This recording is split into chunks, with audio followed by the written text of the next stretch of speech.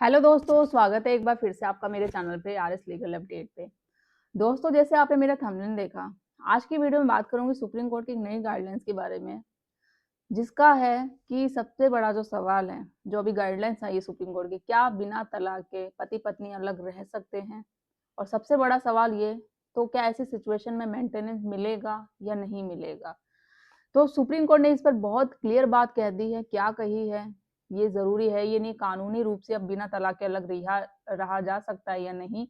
इस वीडियो में हम पूरा क्लियर करेंगे, तो वीडियो पूरा देखिएगा, स्किप मत करिएगा। और चैनल पे नए जुड़े हैं तो चैनल को लाइक करिए, शेयर करिए, सब्सक्राइब करिए। साथ ही बेल आइकन दबाइए ताकि आपको टाइम टाइम से मेरे वीडियो की नोटिफिकेशन सबसे पहले मिलती रहे। तो देखो, हमारा क्या है, तलाक के बिना अलग रहना, क्या ये लीगल है या नहीं है? तो इसका जवाब हाँ है। इंडिया लॉ में बिना तलाक अलग रहना इलीगल तो वैसे नहीं है, बट रह सकते हैं, और आज की डेट में सभी रहते हैं, क्योंकि डिवोर्स मिलना इतना आसान नहीं होता है। क्योंकि देखो, आज की डेट में 1-2 दिन की शादी हो रही है, 7 दिन, 1 महीना, 15 दिन लोग पति पत्नी कोर्ट पे पहुंच जाते हैं तलाक के लिए। तो बट जब तक 1 साल पूरी कंप्लीट नहीं होती, तो आपको डिवोर्स नहीं मिलेगा, ये लॉ कहता है। बट कुछ कंडीशन होती है जहाँ शादी धोखे से कराई जाती है, कुछ चीजें होती है, तो उस सिचुएशन में आप अप्लाई कर सकते हैं। बट आपके पास है जो पुख्ता सबूत होना चाहिए कि हाँ भाई, ये ग्राउंड है, इस रीजन से आप तलाक चाहते हो और ये सबूत है, तो आपको 5-6 साल ज्यादा होते हैं तो डिवोर्स मिल जाएगा। आप देखो, सबसे पहले मैं क्लियर कर दूं, अगर आप लोग कुछ है मेरे नए चैनल पे भी जुड़े हैं, तो डिवोर्स 2 तरीके से होता है। पहला म्यूचुअल, दूसरा जिसे हम कहते हैं कंटेस्टेड डिवोर्स, मतलब आपसी सहमति से और एक तरफा तलाक। तो जो लोग समझदार होते हैं पति पत्नी, जिनको पता है कि कोर्ट के चक्कर काटने से बेहतर है, क्योंकि सालों साल ऐसे चल जाएंगे कि झूठे एलिगेशन पत्नी लगाएगी, वहां पति लगाएगा, जिसे हम कहते हैं एक तरफा, एक एक पार्टी रेडी है, दूसरी नहीं है, तो दोनों दूसरे पे 2 साल 3 साल ऐसे ऐसे कोर्ट में हो सकता है ज्यादा ही हो जाए। जहाँ केस किया हो 25 साल की एज में, आज वो हो गई हो 30 साल या 35 साल, तो आधी उम्र तो कोर्ट में ही कट गई। रिजल्ट क्या हुआ? जीरो। डिवोर्स मिला भी नहीं। क्यों? क्योंकि आपने कोर्ट में साबित ही नहीं कर पाए कि आप डिवोर्स क्यों चाहते हो। फिर ब्लेम करोगे कि कोर्ट ने डिवोर्स नहीं दिया। तो हमेशा डिवोर्स लेने के लिए आपके पास पुख्ता सबूत होने चाहिए, स्ट्रॉन्ग एविडेंस, स्ट्रॉन्ग आधार होना चाहिए। तो वो लोग समझदार होते हैं जो आपसी सहमति से डिवोर्स लेते हैं, जैसे हम म्यूचुअल डाइवर्स कहते हैं। अब तो ये भी 6 महीने से पहले ही हो जाएगा, क्योंकि जो 6 महीने का कूलिंग पीरियड दिया जाता था म्यूचुअल डाइवर्स में, वो भी खत्म हो चुका है। पहला आप डेट लेंगे, उसके बाद दूसरी डेट आप कभी भी ले सकते हैं, 1 हफ्ते बाद, 1 महीने बाद, जैसा आपको ठीक लगे। तो ये चीज होती है।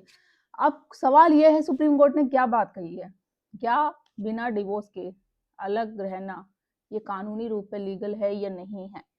तो इसे कहते हैं जुडिशल सेपरेशन या living separation without divorce. Court का मानना है कि हर शादी चलना जरूरी नहीं है, पर कानून का मिसयूज भी नहीं होना चाहिए, जो आज की डेट में बहुत सारे लोग करते हैं।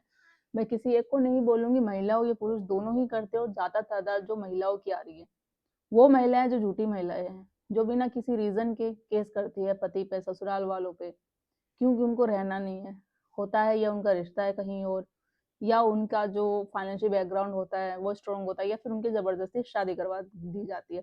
तो इस रीजन से केस कर देती है, दूसरे दिन ही कोर्ट पहुंच जाएंगे और डिमांड करेगी फिर मेंटेनेंस सेरेमनी की। तो ऐसी सिचुएशन पे देखो, सबसे बड़ा सवाल होता है, तो क्या फिर मेंटेनेंस मिलना चाहिए या नहीं?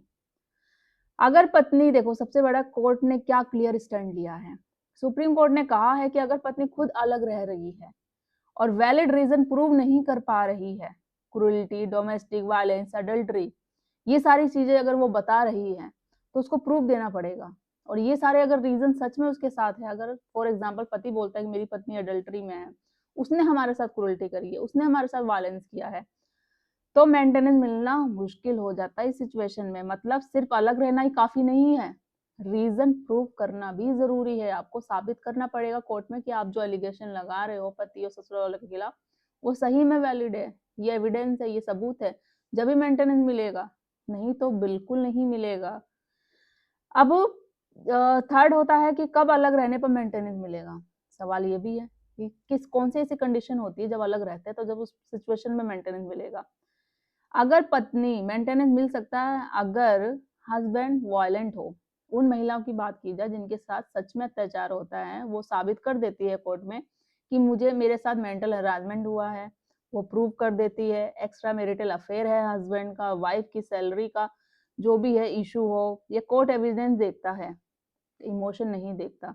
अब कोर्ट है जो पति या पत्नी दोनों एक दूसरे पे एलिगेशन लगा रहे हो, जितने भी लगा रहे हो, पत्नी ने झूठे लगाए, पति सही है वहां पे, या पति झूठा है पत्नी सही है, तो कोर्ट देखेगा सिर्फ सबूत, सबूत सही है या नहीं है। सबूत नहीं होगा तो कुछ नहीं हो पाएगा। कोर्ट जो केसेस है जितने मर्जी लगा लो, केस डिसमिस ही हो पाएंगे, कुछ नहीं मिल पाएगा आपको।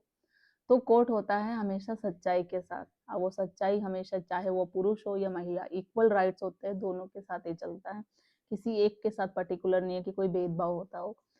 तो कब मेंटेनेंस रिजेक्ट हो सकता है, सवाल ये भी आता है।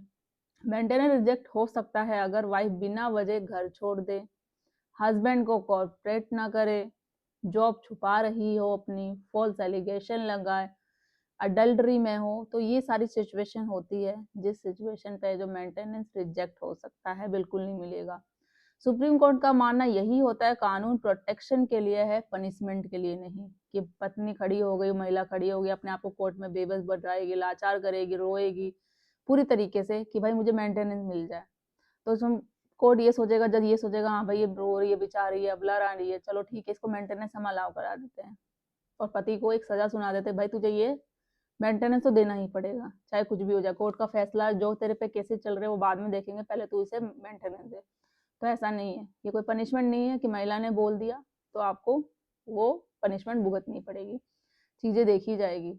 मेंटेनेंस लेते समय पति पत्नी दोनों की कंडीशन देखी जाती है कि भाई पति उसकी सैलरी क्या है, उसकी लाइबिलिटी क्या है, उसके और खर्चे क्या है, उसके माँ बाप उस पर डिपेंड है, भाई बहन है, शादी है, पढ़ाई है, सारी चीजों को देख के फिर पत्नी की भी देखी जाएगी कि वो कितनी पढ़ी लिखी है, एजुकेशन क्या है उसकी, वो जॉब कर रही है नहीं कर रही है, सैलरी क्या है, कोई बात तो नहीं छुपा रही है। और जब कोर्ट में सामने अगर कभी क्लियर हो जाता है वो बोल रही मैं जॉब नहीं कर रही, पति ये बात प्रूव कर देता है वो जॉब कर रही है, उसकी सैलरी उससे कहीं ज्यादा है, तो उसको इस सिचुएशन में जेल भी हो सकती है, सजा भी हो सकती है। और ऐसा मेंटेनेंस आया है, सॉरी ऐसा जजमेंट भी आया है, मैंने आपको ऑलरेडी शेयर कर रखा है इस चैनल पे, या मेरे दूसरे चैनल पे लीगल न्यूज 127 पे आपको मिल जाएगा। तो आप अपनी बस सोच को है पॉजिटिव रखो, न्याय सबके साथ होता है, किसी एक के साथ कोई भेदभाव नहीं होता है। कि जो आप लोग वैसे बहुत लोग है ना सोचते नहीं महिलाओं के लिए होता है, महिलाओं के लिए सुना जाता है, ऐसा नहीं है। कोर्ट हमेशा सच्चाई के साथ होता है। नंबर 5 है कि हस्बैंड एंड वाइफ दोनों के लिए एडवाइस सबसे मोस्ट इम्पोर्टेंट यही है। सबसे पहले हस्बैंड के लिए प्रूफ कलेक्ट करो, मैसेज हो, कॉल रिकॉर्ड हो, कुछ भी हो, वो हमेशा आप अपने पास रखिए। रिटन कम्युनिकेशन रखो हमेशा, डायरेक्ट कन्फेशन अवॉइड करो। और वाइफ के लिए है जेन्युइन रीजन हो तो प्रूफ रखो, फॉल्स केसेस से फ्यूचर वीक होता है, कोई घर नहीं बसता, हमेशा फिर एंड ऑफ द केस है जो आप पछताओगे कि काश मैं ऐसा नहीं करती। कोर्ट ऑनेस्टी को इम्पोर्टेंस देता है, झूठ को बिल्कुल नहीं। तो ये चीजें हैं, अगर आपको ये किसी अपने रिलेटिव में, जान पहचान में देना हो कि ये सुप्रीम कोर्ट की भी नई गाइडलाइंस है, क्योंकि सबको जानना ही जरूरी है कि बिना तलाक के अलग रहना के कानूनी लीगल है, ये लीगल है, बट कुछ कंडीशन होती है तो वो कंडीशन के तहत माना जाता है। तो ये सारी सिचुएशन है, और किन आधारों पे मेंटेनेंस मना किया जाता है, मेंटेनेंस मिलेगा या नहीं मिलेगा, मैंने सारी चीजें इस पे क्लियर कर दी है इस टॉपिक पे। तो फिर भी कुछ क्वेरी रह गई होगी तो आप कमेंट में करके पूछ सकते हैं, और ज़्यादा से ज़्यादा लोगों तक शेयर करिए, चैनल को सब्सक्राइब करना बिल्कुल ना भूलिए। जल्दी मिलती हूँ मैं कैसे ही इन्फॉर्मेटिव वीडियो के साथ, तब तक के लिए थैंक यू।